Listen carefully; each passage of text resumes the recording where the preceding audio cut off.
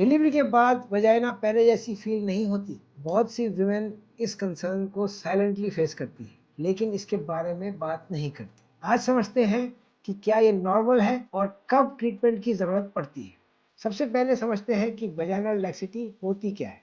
Normal delivery के दौरान vaginal tissues और पेल्विक फ्लोर मसल्स स्ट्रेच होती हैं ताकि बेबी की डिलीवरी हो सके। डिलीवरी के बाद ज़्यादातर वुमेन में ये टिश्यूज धीरे धीरे रिकवर करते हैं, लेकिन कुछ वुमेन को लगता है कि वजाइना पहले जैसी फर्म या टाइट फील नहीं हो रही।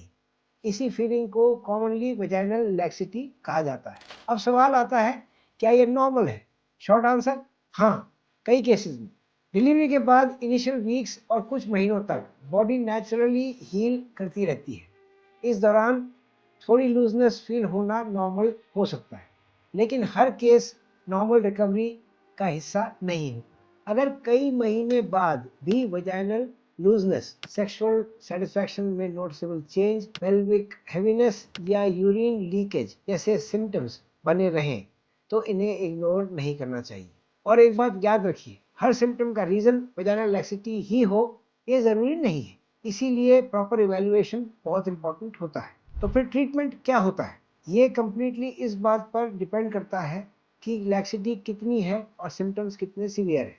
अगर प्रॉब्लम माइल्ड है तो पेल्विक फ्लोर एक्सरसाइजेज जैसे कीगल एक्सरसाइजेज मसल्स को स्ट्रेंथन करने में मदद कर सकती है।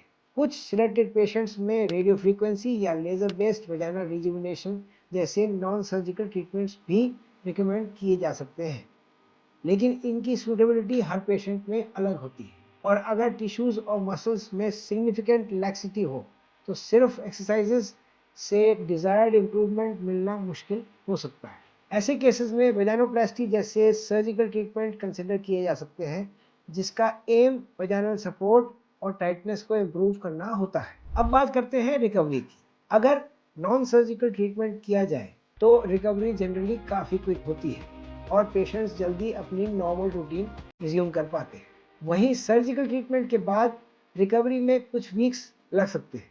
इस दौरान सर्जन की एडवाइस फॉलो करना, एक्टिविटी रिस्ट्रिक्शंस मेंटेन करना और फॉलो अप विजिट्स मिस ना करना बहुत इंपॉर्टेंट होता है। जैसे जैसे हीलिंग कंप्लीट होती है वैसे वैसे फाइनल रिजल्ट्स भी ग्रेजुअली डेवलप होते हैं। लेकिन डॉक्टर से कंसल्ट कब करना चाहिए? अगर डिलीवरी के बाद आपको लगता है कि वजाइनल लैक्सिटी आपकी क्वालिटी ऑफ लाइफ, कॉन्फिडेंस या इंटीमेट कंफर्ट को अफेक्ट कर रही है, तो इससे सिर्फ नॉर्मल आफ्टर प्रेगनेंसी समझकर इग्नोर मत कीजिए। एक क्वालिफाइड प्लास्टिक सर्जन या गायनेकोलॉजिस्ट से इवैल्यूएशन करवाइए।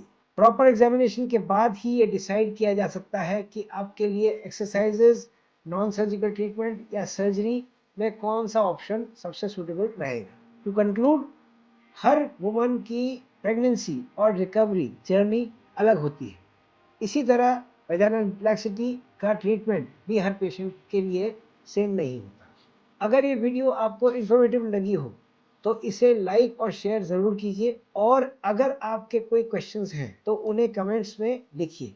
मैं उन्हें आने वाली वीडियोस में कवर करने की पूरी कोशिश करूँगा।